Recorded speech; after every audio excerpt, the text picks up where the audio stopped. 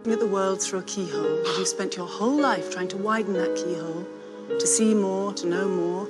And now, on hearing that it can be widened in ways you can't imagine, you reject the possibility. No, I reject it because I do not believe in fairy tales about chakras or energy or the power of belief. There is no such thing as spirit. We are made of matter and nothing more. You're just another tiny, momentary speck within an indifferent universe. You think too little of yourself. Oh, you think you see through me, do you? Well, you don't. But I see through you.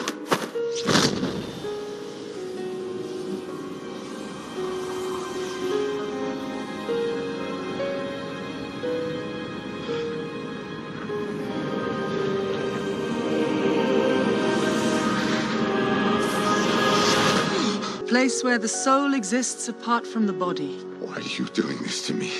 To show you just how much you don't know.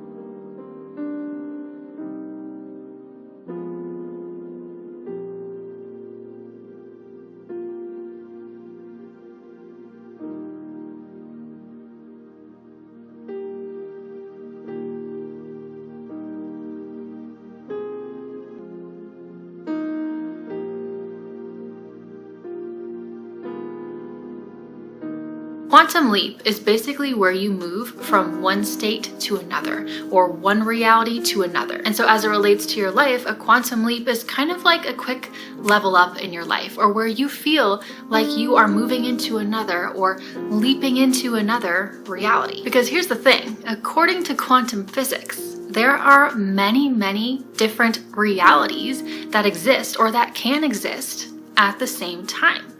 And that also means that there are infinite versions of you. But all of these different realities and all of these different versions of you, all these different timelines, they exist at different frequencies. And so if you think about it, your dream self already exists. And so to quantum leap and change your life, you don't necessarily need to create her.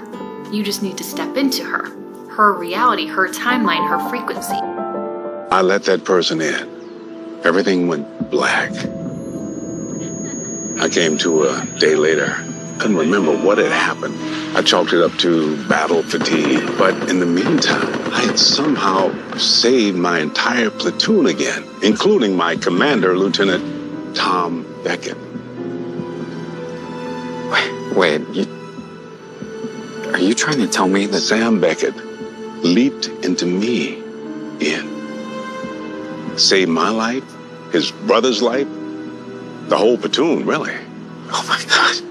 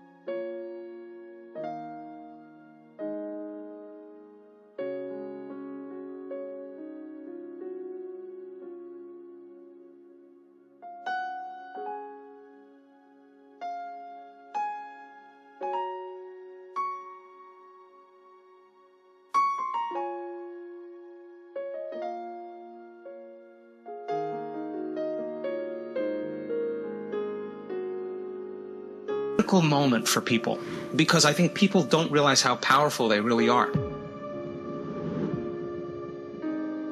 In this realm, in the quantum realm, there's no separation. There's nothing physical. There's nothing material. There's no matter. That's all taking place in three-dimensional reality. It's all energy. It's all frequency. It's all vibration. It's all information. It's all consciousness. It's all thought. That is that invisible field of energy. Yes. So, okay, that invisible field of energy, Einstein said, the field is the sole governing agency of the particle. He didn't say the particle controls the particle, he said the field controls the particle. So if I can change information in the field, I should be able to affect the particle matter. So it turns out the atom is 99.99999% energy, information. There's nothing physical or material there, 0.00001 material, when the probability of us seeing the truth of reality is 0. Wow. And we are only seeing a small spectrum of frequency, the rainbow, visible light, bouncing off the most stable form of energy called matter, giving us this hologram, this illusion of separation. So if there was a way to create from the field, instead of from matter, and move closer to source, and create from a place of wholeness and less from separation, I'd have to be able to get to the field. So then, if where you place your attention is where you place your energy, and you develop the ability to take all of your attention off your body, all of your attention off all the people in your life, all the objects and things, your cell phone, your car, your house, whatever, all the relationships, all the people, all the places you need to go, the place you're sitting, the place you grew up, the place you sleep, the place you work, and nothing about the predictable future or the familiar past, and settle into the present moment. You would go from a somebody to a nobody, from a someone to a no one, from something to nothing, from somewhere to nowhere, from some time to no time. That is the moment you're pure consciousness. You would be disinvesting all of your attention, all of your energy out of this three-dimensional reality, out of the known, and placing it on the unknown. Now, let's demystify the process. Take away everything physical and material in the universe. Take away the earth, take away the moon, take away all the planets, all the moons from the planets, take away the sun, the light from the sun, the stars, all the light from the stars, galaxies, take everything away. Wipe everything out, physical and material. What are you left with? Nothing. Turns out that nothing is filled with a lot of frequency and energy. And I don't know how to explain nothing to a materialist, but when you can linger in that place without a name, without a face, without a body weight, without a diet, without a disease, without a profession, without an identity in any way, without a past, and you can linger as pure consciousness, something really profound happens to the brain. Different compartments of the brain that have been modulated or compartmentalized or subdivided because of the stress hormones. You know, shift your attention from one person to another problem to another thing. That habituation fragments the brain. The brain becomes a house divided against itself, and you narrow your focus, you over-focus, you become obsessive about something. That's what we do in stress. It turns out if you open your awareness to nothing, the brain starts getting highly organized.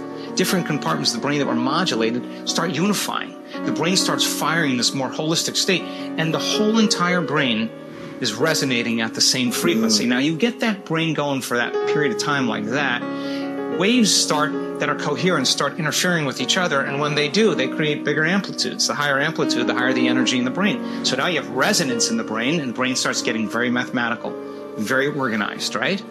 So that brain that's coherent, the entire brain is functioning as one neurological network. The two hemispheres are coming together, and there's this kind of psychic union called wholeness. Now that state of coherence, in moving out of the beta brainwave states into a slower brainwave state, produces electrical signals. And that electrical signal is the intention. That's the more clear your intention is, the more coherent the brain is, the stronger the signal. Okay, so if you decided to create from the field instead of from matter, and you were just pure consciousness, and I asked you to send the signal out from a coherent brain, and whatever that thing is that you wanted, we trained you how to do that, then you would be shimmering the entire vacuum, that entire void. You are that. You're not you any longer. You're the source, right? So if you're the source and you're sending the signal out, then you're touching the consciousness of everybody, of everyone, of everything, of everywhere, of every time. The entire field is becoming electric because of your intention. If you're source, why would you go anywhere to get anything? And so consciousness is coherent brain, and then the energy of the heart is love, and pure love is source. So if I asked you to fall in love with that future, and I asked you to draw the future to you with the magnetic field of the heart produces a magnetic field up to 3 meters wide. That's studied. So now, love is the glue that holds the atom together.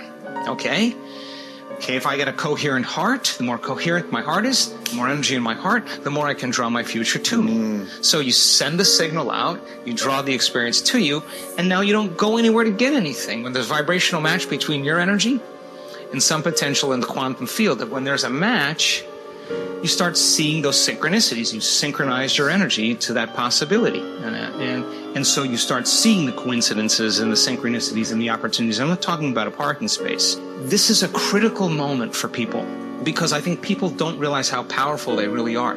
When that event happens in their life, they will look back at every single betrayer, everything that happened in their past, and they won't care any longer. That's the moment their past no longer exists, because they're proving to themselves what they innately already know that they may have forgotten, which is that is the creator of their life. Please engage with this.